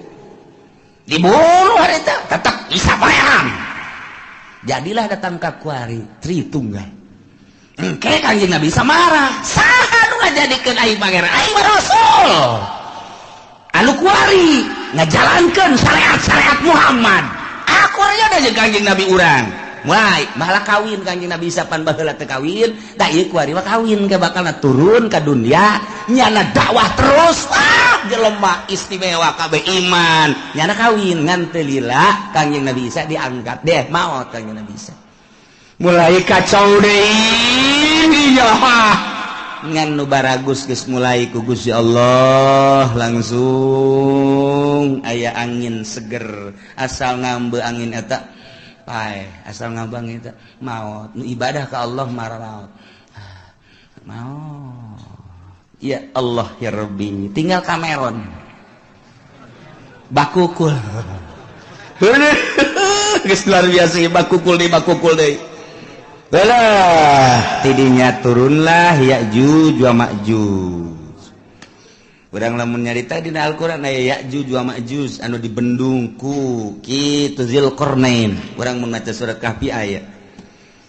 Ke dihareup bakal dongeng Ya'juj wa Ma'juj nu Kangjeng Nabi waktu Kangjeng Nabi tas Isra ningali bendungan imam kitu raja tersebut ieu geus sagede kieu tah. Sedangkan ieu de kaluar geus sagede kieu cak Kangjeng Nabi. Engke bakal gede di akhir zaman bakal kalaluar di bada kala luar Ya'juj wa Ma'juj terus bae ngadahar naon aya bae manusia di dahar hewan di dahar suagua rupa di dahar wah Ya'juj wa Ma'juj mah ieu mah tangkal kayu sok bala di daharan bae ieu binatang anu pohara geus mantak baheula ku Zulkarnain di bendung ge raja sadunya jar Zulkarnain dipuat dina Al-Qur'anul Karim ngan eta bendungan Raja Zulkarnain teh ya nu kuari di laut mana nah ieu ditelusuri ke berbagai ilmuwan dunia seluruh benua Asia, Afrika, Amerika, Eropa, Australia ya urang teangan coba bendungan Zulkarnain teh di mana ieu sebab Ashabul Kahfi kanyahoan Kangjeng Nabi Syuaib kanyahoan dan lain-lain sebagainya kanyahoan urut Kangjeng Nabi Elut kemari laut mati aya kanyahoan kabeh aya ieu teh di dunia nu aya dina sejarah nu di Quran teh aya kabeh kemudian piramid aya Firaun aya dan lain sebagainya aya ieu bendungan Zulkarnain ieulah anu encan kapanggih datang ka per detik ieu nah tapi geus mulai kuari kanyahoan geus mulai berbarengan jeung kanyahoanana kapal Kangjeng Nabi Nuh kapal Kangjeng Nabi Nuh teh kuari teh aya keneh kapalna aya keneh kapalna geus sindek urang kada itu hayu di mana cenah Kiai lah sia mah diajak ka Banten ge hararese komo ka ditu atuh di Gunung Arad teh di Turki ta eta teh di luhur gunung aya setiap jelema nu kadenya teu kuat paeh jalan luhur melalui udara tetep bae teu kuat didinya geus digambar saat orang didinya aya peninggalan kapal Kangjeng Nabi Nuh alaihi salam judi nah geus kapanggih eta tinggal ieu bendungan Zulkarnain nu diditunan di bendung ieu Ya'juj wa Ma'juj di mana ieu bahkan ilmuwan alkohol Amerika pernah asup ka hiji daerah nya ge kaget kok hewanna kos karari ceulikna lain irungna lain bahasana lain tak eta teh nyada kaget di dinya aya hewan seperti kieu yeuh teu kajawan nya lagi di mana tapi ketika jana perem ngadengela suara azan Allahu akbar Allahu akbar tak aya di daerahna deui berarti eta dibukakeun hijab mata asup Islam eta jelema eta asup Islam loba jasa di Amerika anu menemukan di Inggris, di Belanda, kemudian asup Islam. Loba, ieu mah keur carita hayang mengetahui tentang bendungan Zulkarnain. Geus kapanggih aya sababaraha menemukan buah ieu cuman buah doang. Ketika aya seseorang anu menemukan hewan seperti itu apa ieu Ya'juj wa Ma'juj teh. Maka manehanna ngadenge suara azan. Kemudian bentak geus lain di dinya deui. Tah eta teh negara-negara kos kitu teh loba urang ge. Kuari ge urang nu ka Banten aya nu haju ka dulu istana kerajaan eta berarti diajak ka negara itu kamari aya deui nu liwat ka dinya bae oh aya kerajaan di daerah dia diketos bae kerajaan ketos raja jurig newo-newo meureun tah jawab ieu da ieu urang kan kuari ieu teh kuari urang teh aya 3 dimensi urang cicing di dieu urang dimensi zahir kuari zahir ka deuleu ieu lamun urang dibukakeun hijab trek dimensi alam jin lamun waliullah dimensi alam hakikat bakal kanyawan hakikat jadi ieu teh sababaraha dimensi urang mah lantaran urang mah sapira urang atuh nu kadeuleuk ieu deui kapanggih ieu deui mun mingguan ka dieu jeung tukang uduk deui eta dimensi urang mah da ieu ke bakalna Ya'juj wa Ma'juj nah idinya kakarak summa khurujud dabbah jadi eta bakal Ya'juj wa Ma'juj engke ku Gusti Allah dihujanan blek hujan banjir pararaeh lah Ya'juj wa Ma'juj tinggal manusia-manusia anu nyilib araraeh loba keneh di dunia teh dabah teh ya hewan eta nya nama leutikan ti himar hampir sarua jeung himar begal ceulina rancung biasangan nya nama mau patlot mau pulpen leungeunna nulisan jelema tarang ditulisan mukmin kafir geus teu bisa kukumaha nu katulis kafir wae terus sadunya mukmin kafir dabah eta mah terus nulisan eta masyaallah ieu lalakon lain lalagaan ieu pohara jasa bakal katulis Nah nunggu saya tulisan mukmin didinya langsung tekebel mau ngeunaheun geus tinggal nu kafir siapa kafir sia ge dah tarang sia ya sia kafir sia ge atuh kafir kabeh tah tidinya bagus kafir engke mah bakalna awewe loba jasa lalaki kurang tak engke bakal lalaki diudag-udag ku awewe datang kelai katangkal kalapa kiih naga dilamotan ku awewe ku eueuhna lalaki lamun hayang mahmur engke tah aduh haju deui zina teh kuari makan masih kena di kamar masih kena di kontrakan eta anu kelas di hatap nu belah ditu da mah tuh di hotel di tempat-tempat anu geus puguh lokasi-lokasina engke mah di sisi jalan kos kotok ieu hayang itu dibuka sleting beres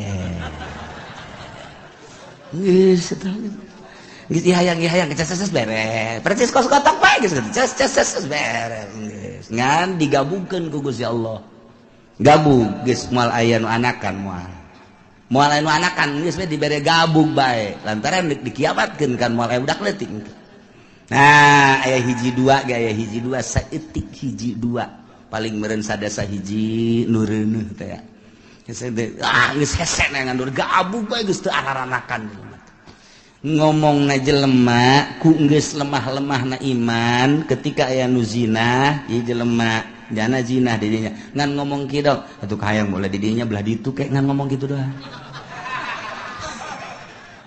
geus teu daya teu upaya geus sebab zina kabehan ngan ngomong da kitu hayang belah didinya atuh ceukna belah ditu ke naon ih kita lalika aing mah geus beres ngomong gitu ditawaran daekeun pan blon eta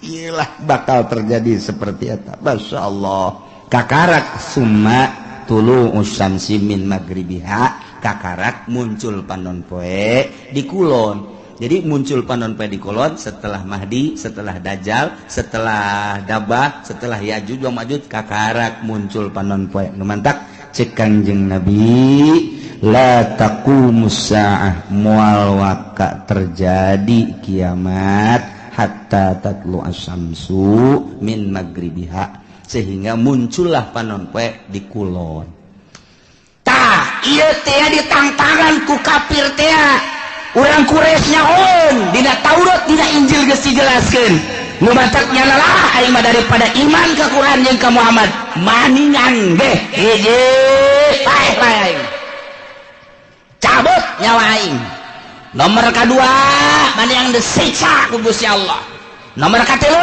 Allah maning turunkeun bae tanda-tanda kiamat di antarana muncul panon poe di kulon nu matak ketika muncul panon poe kumaha tangke bakalna yauma yati ba'du ayati rabbika la yanfa'u nafsan imanuha lam takun amanat min qabl dina poean datang sebahagian tanda-tanda pangeran yakni tere datang kiamat wahiyatul usyamsi muncul panon pemin magribiati kulon sakumaha geus dijelaskeun di hadis Bukhari Muslim tah ketika muncul panon poe di kulon teh la yanfa'u nafsan imanuha lam takun amanat min qabl Allah mangpaat kawak-kawakan ka hiji jelema ka sahabat imanuha imanna lam takul amanat min qabl anu manehanana encan iman memeh eta mah geus begitu muncul panon poe di kulon nyana can iman haji nyana nyao ieu teh tanda kiamat berarti bener kiamat teh nyana iman geus tutup pintu sigotaka teu mangpaat samasakan jujung kelan nyana asyhadu an la ilaha illallah wa asyhadu anna muhammadar rasul geus tutup tamang geus tutup bae pokona asal muncul panon poe di kulon geus tutup syahadat tinggal syahadat zikir tinggal zikir jelema kabeh bakal neangan masjid tandana masjid eta adalah hiji aya kubahan dua aya menarahan tilu aya tihangan masjid mah mantak pake tihang bae tanda masih daerah tiang engke di akhir zaman ditareangan eta ngan geus ese neangan masjid geus sareueur lantaran dibongkaran model di urang ge kuari keur dibangun masjid di berbagai negara di berbagai daerah di berbagai sudut dibangun lantaran masih keneh nyaman jeung aman nu ibadah loba keneh di akhir coba engke lamun terus dikendalikeun ku Amerika nu jadi gubernur Jakarta kuari Ahok lamun aja Jokowi naik Ahok kafir tidak menutup kemungkinan engke Serang bupatina kafir Pandeglang bupatina kafir lamun di Jakarta Ahok engke di Serang si Cenglu oh di Pandeglang si Tegwan ayo si Tangerang si siang-siang melingseng guys udah beres kabeh ayo sia mangkaning deui tuh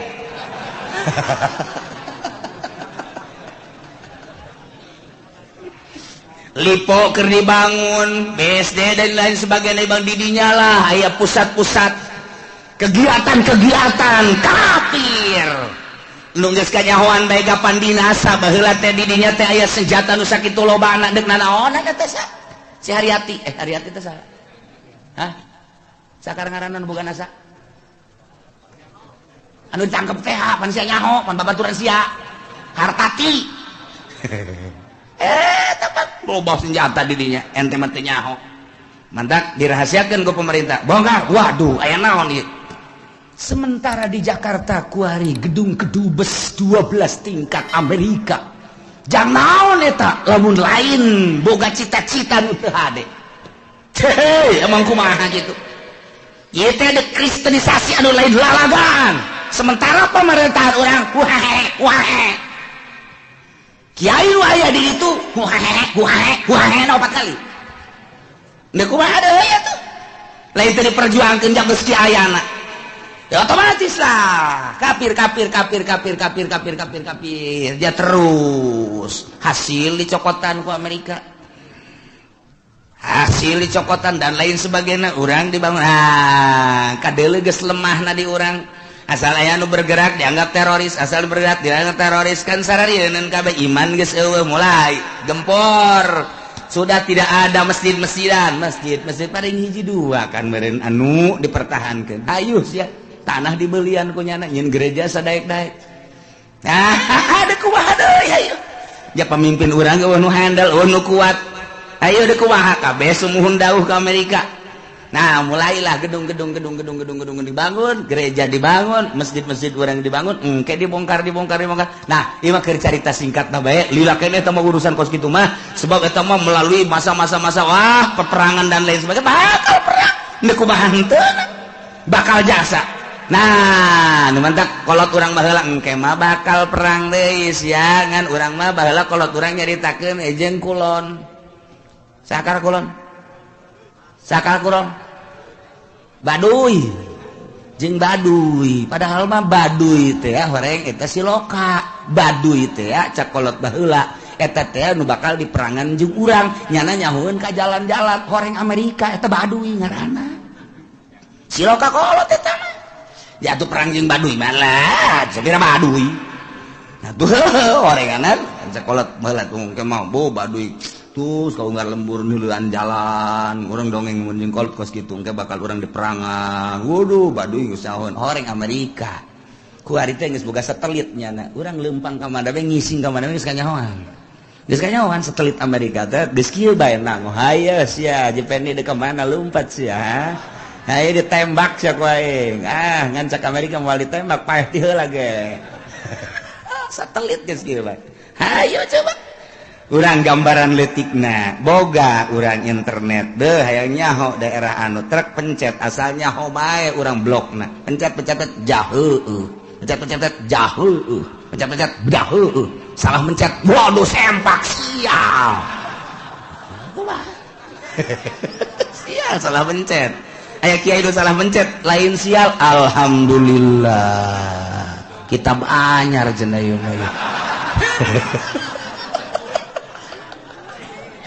aduh, Masya Allah aya dinya merekna Kiai Haji Google waduh bener Masya Allah di akhir zaman geus rek kumaha coba ya lalakonna. Nah, engke begitu muncul panon poe ti kulon kakara kabeh maca syahadat neangan masjid. Masjid geus eueuh, lantaran ciri masjid teh aya kubahan aya menarahan jeung aya tihangan. Kuari masjid geus teu make tihang, geus mulai kan kuari ge masjid teu make tihang. Masjid mah make tihang minimal 4. Kuari geus teu make tihang, geus teu make. Wah, cenah geus eta bahkan aula nu ka situ mah. Abe fungsina babari cenah main badminton bisa. Didinya main bola bisa, didinya main takraw bisa, kemudian main gitu tenis meja bisa dan lain sebagainya bisa. Nah, jadi berarti fungsinya geus lain multifungsi deui mah 10 fungsi. Tuh, eta lah. Geus esen yang masjid syahadat tinggal syahadat. Nah, la yanfa'u nafsan imanuha lam takun amanat min qabl. Teu aya faedah. Jujungkelan kafir-kafir kabeh para maca syahadat percaya ieu teh kiamat lantaran penonpet timbul ti kulon tetep teu aya mangpaat. Aw nafsan lam takun kasabat fi imaniha atawa awak-awakan anu tatadina manehanana teu pernah ibadah teu aya mangpaatna. Nyana iman mah ka Gusti Allah cuma teu pernah salat teu pernah puasa harita mulai tobat ka Gusti Allah la tanfa'uha taubatuha teu mangpaat tobatna geus bae doraka bae. Sanajan nyana tobat tutup pintu sigotaka. Tobat-tobatan hari itu. Lisat. Masya Allah. Kul bejakeun Muhammad intaziru tungguan gitu. Ahada hadhil asya. Nu tadi dicaritakeun tanda-tanda deukeut ka kiamat. Timiniti Dajjal, Mahdi, Dajjal, Ya'juj. Kanjeng Nabi Isa kabeh datang ka muncul panonpet tungguan, bejakeun tungguan. Engke bakal cak Gusti Allah ku aing diayakeun di akhir zaman. Bejakeun tungguan, aya hayang kos kitu lah terek iman ka anjeun, terek iman ka Al-Qur'an, tungguan kege bakal inna muntazirun. Tuhan bakal kapanggih kege. Masya Allah. Diawali engke kuloba perjudian, permabokan jeung perzinahan. Engke mah hese neangan parawan nu asli teh hese.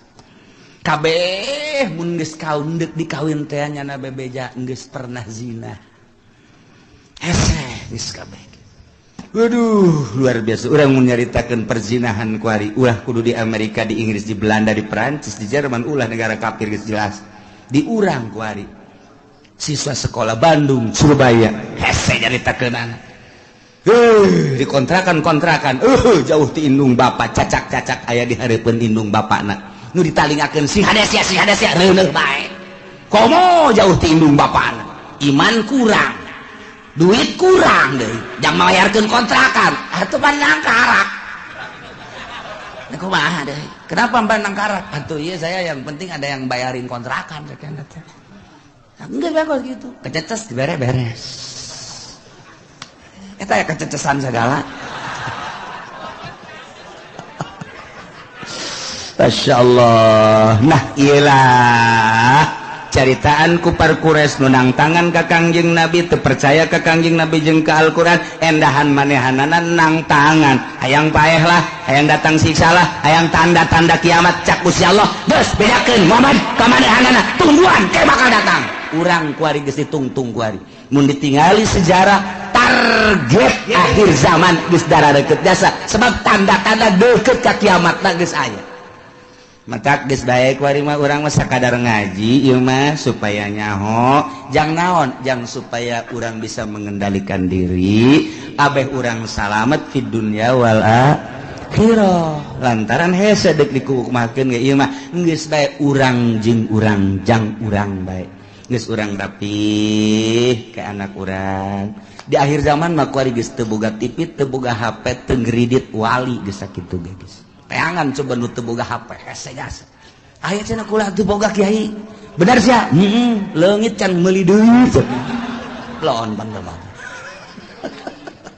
henteu timbul ti nurani atuh kiai bae boga HP da 3 kiai nu hiji diceuli nu hiji diceuli nu hiji diirung laon bentak kiai atuh komo pedagang atuh masyaallah eta mah terserah ieu mah keur nyaritakeun karusakan nu warokna mana na iyalah urang ngaji supaya nyaho horenganan karusakan teh geus darareket jasa urang salametkeun diri urang eueuh nu leuwih karunya ka diri urang iwal ti diri urang salametkeun diri urang pamajikan urang anak urang luruskeun menuju Allah Subhanahu wa ta'ala. Ngaran mabok mah, ngaran zinah mah, ngaran judi mah, ngaran maling mah, eta teh geus lain rahasia deui ngaran riba mah, tapi pan geuninganan di masyarakat urang beuh nu zinah ambalaya, nu mabok ambalaya. Lain cerita masyarakat dek pejabat balik jam 3 karaokean mabok lain lalaga. Doh cenah nyanyahoanan bae kieu teh ka mamana ge atuh aing mah bisa disumpah nyaho jasa. Emang babarengan jeung kieu dek bareng dek henteu lah pokona mah. Wah, ai kitu mah cenah bareng jeung kieu. Wah, pokona mah dek bareng dek henteu nyaho jasa bawa wae. Aing make kumis palsu, make jenggot palsu, milu ka BSD ka ditu, milu karaokean nu nyanyi teh apaan aing eta teh. Ye, nu karaokean teh bisa didelek ku aing. DPR aya sabaraha geus aya di kantong aing. PNS anu mabok, PNS anu balik jam 3 geus aya di kantong aing. Dek modal aing. Je, emang aing teh nyaho kitu lah sakat teh nyaho. Sing hade besi aya nu sosokna kos aing, para DPR, para pejabat sing hade. Sing hade, tah nu kumis aing make kumis biasa, make janggot. Ye atuh nyaho jasa, mukuari ditulisan ku aing nyaho jasa. Beneran urang. PNS nu balik jam 3 kamari karaokean teh ka sesengitan-sesengitanana aing nyaho. Sesengitanana aing nyaho. Ieu teh sesengitanana teh sesengitan anu nyaho mun kudu dibejakeun mah. Ulah kaget nu ngaji kuari teh nyaho jasa ieu. Masya Allah, ieu sesengitan ada sesengitan Hermes nyaho jasa. Urang kaler tah mah. Beneran, ye nyaho jasa. Nu urang belah kulon saeutik nyaho jasa Golkar ya mah terus terang bae Golkar. Sesengitan waduh luar biasa istimewa jasa. Naon ieu sesengitan mah lebejakeun lah. Ka sesengitanana ka ambe waduh. Nu ieu kieu tuh nyanyina aya nu ngeunaheun aya nu henteu nyaho. Digagalendotan ku awewe nyaho. Mabok nyaho jasa. Ah cenah nyanyahoanan datang ka imah. Ku aing dibejakeun, manya kudu dibejakeun di dieu mah. Ya, itu aing bajar batur beureun. Ieu mah dibejakeun soteh ulah-ulah rakyat nu nyekel nagarana model kos kitu. Nu nyekel nagarana model kos kitu. Mata tinggal urang ngadoakeun bae mudah-mudahan para pejabat dibere hidayah ku Gusti Allah. Allah Maha Kawasa, toel Gusti ja eta teh bapana mah Ki Haji. Nyanana ge geus jadi haji umroh sabaraha kali sebenarnya mah. Nyaho jasa Gusti pangoelkeun ka pejabat tah DPR teh eta. Lain rakyat bae kabeh acak-acakan. Nu henteu ge nu henteu ngambe mah nyaho nyana geus. Bahwa di lingkungan DPR teh kos kitu. Nu mentak urang mah kuari hayang jasa nyieun perda, jangan lempengkeun hukum-hukum. Boh, jauh jasa. Henteu ai mustahil mah. Naon? Lantaran teu mikiran rakyat, mikiranana nyana bae. Atuh mikiran nyana balik jam 3 tas karaokean mabok dan lain sebagainya. Deuk kumaha coba? Dah cenah kiai coba untuk diintrogasi, datang ka dieu introgasi. Dibejakeun jeung sia-siana ke ku aing sia. Pan cenah kiai, "Bu aing nu karaokean ana." Moal aing bisa nyanyi atuh. Walah kaget deh pokoknya besi aya sosok model kua. Nah. Sing ada sia mun teu lumpat dicatet sia ku aing. Allahumma ya qadiyal hajat Allah